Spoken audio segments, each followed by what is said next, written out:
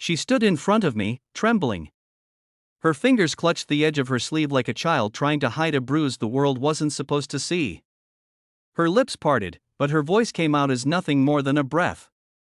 "Can you give me a hug?" she whispered. I froze, not because I didn't want to, but because she had never asked me for anything before. She had always been the strong one, the one who held herself together even when it hurt. And now, for the first time, she was breaking right in front of me. "My arms," I answered softly, stepping toward her, "have always been open for you."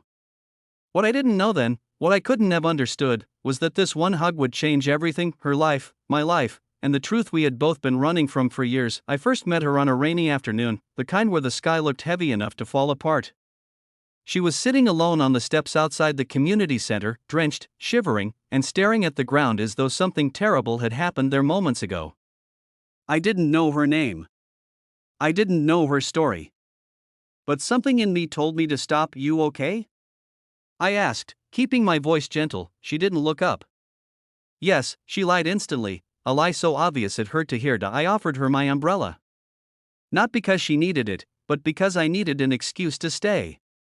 She finally raised her head, and the moment our eyes met, something clicked, something soft, something wounded, something real. She took the umbrella with both hands, as if accepting it was the hardest decision she had ever made.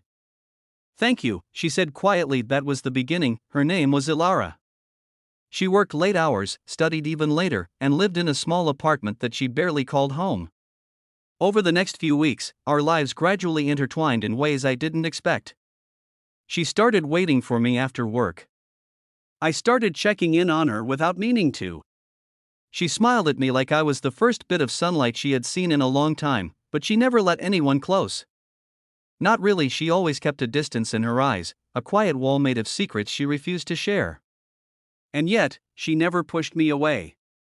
She let me walk beside her. She let me listen. She let me be there. One night, we sat on a bench overlooking the quiet river. She hugged her knees to her chest, staring at the dark water like it held answers she didn't want to say out loud. "You ever feel like the world expects too much from you?" she asked suddenly. I nodded. "Sometimes." She hesitated before adding, "And you feel like you're not allowed to fall apart?" I turned to her. "Everyone falls apart." "Not me," she whispered. "I'm not allowed to." Her voice cracked at the end, just a little, so softly that most people wouldn't have noticed. But I did. That night, when she finally relaxed her shoulders and leaned against me even slightly, it felt like she was trusting me with something precious. Something delicate. Something she couldn't give anyone else, but I still didn't know the truth. Not until the day everything shattered. I found her crying, not quietly and not the silent tears she was used to hiding. She was sobbing, uncontrolled, broken, shaking, as though her entire world had collapsed within a single hour. When she saw me, she quickly wiped her face, trying to steady her breath. "Sorry." "I'm fine," she said again, the same lie she had used the first day we met. "Ilara," I said softly, "please don't say that." "For once," she whispered, breaking down again, I just need someone to hold me." That was when she asked, voice trembling more than I'd ever heard, "Can you give me a hug?" When she fell into my arms, she clung to me with a desperation that frightened me. Her fingers curled tightly around my shirt, like she was afraid I would disappear if she loosened her grip. Her breaths came fast, uneven, warm against my chest.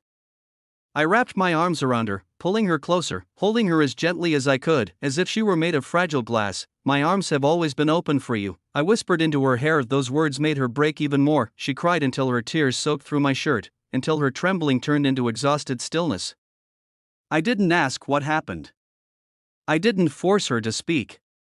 I just held her, trying to give her the safety she had been denied for so long. Minutes passed. Maybe hours.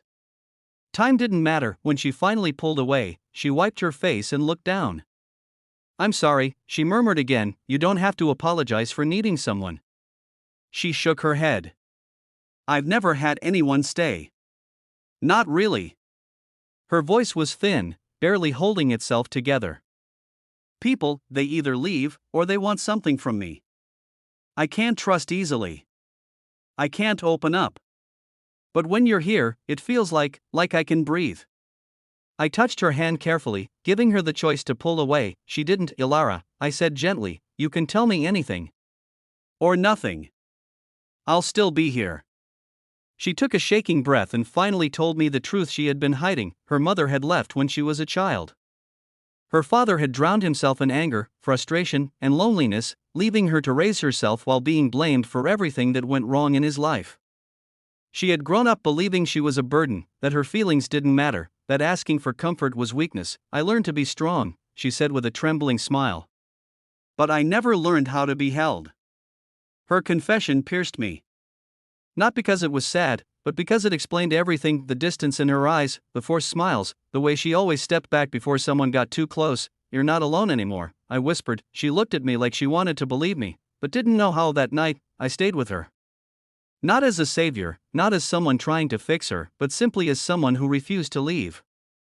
We talked for hours, sometimes falling into silence, sometimes laughing through lingering tears, and for the first time, I saw her real smile. Soft, fragile, beautiful. In the days that followed, she became different, not suddenly healed, not magically okay, but slowly opening, like a flower learning sunlight for the first time.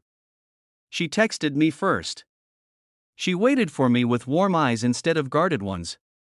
And sometimes, when she was tired or overwhelmed, she leaned into me. Small, gentle moments of trust she had never given anyone before. One evening, as we walked home under the streetlights, she stopped suddenly and turned to me. Can I ask you something? She murmured. Anything.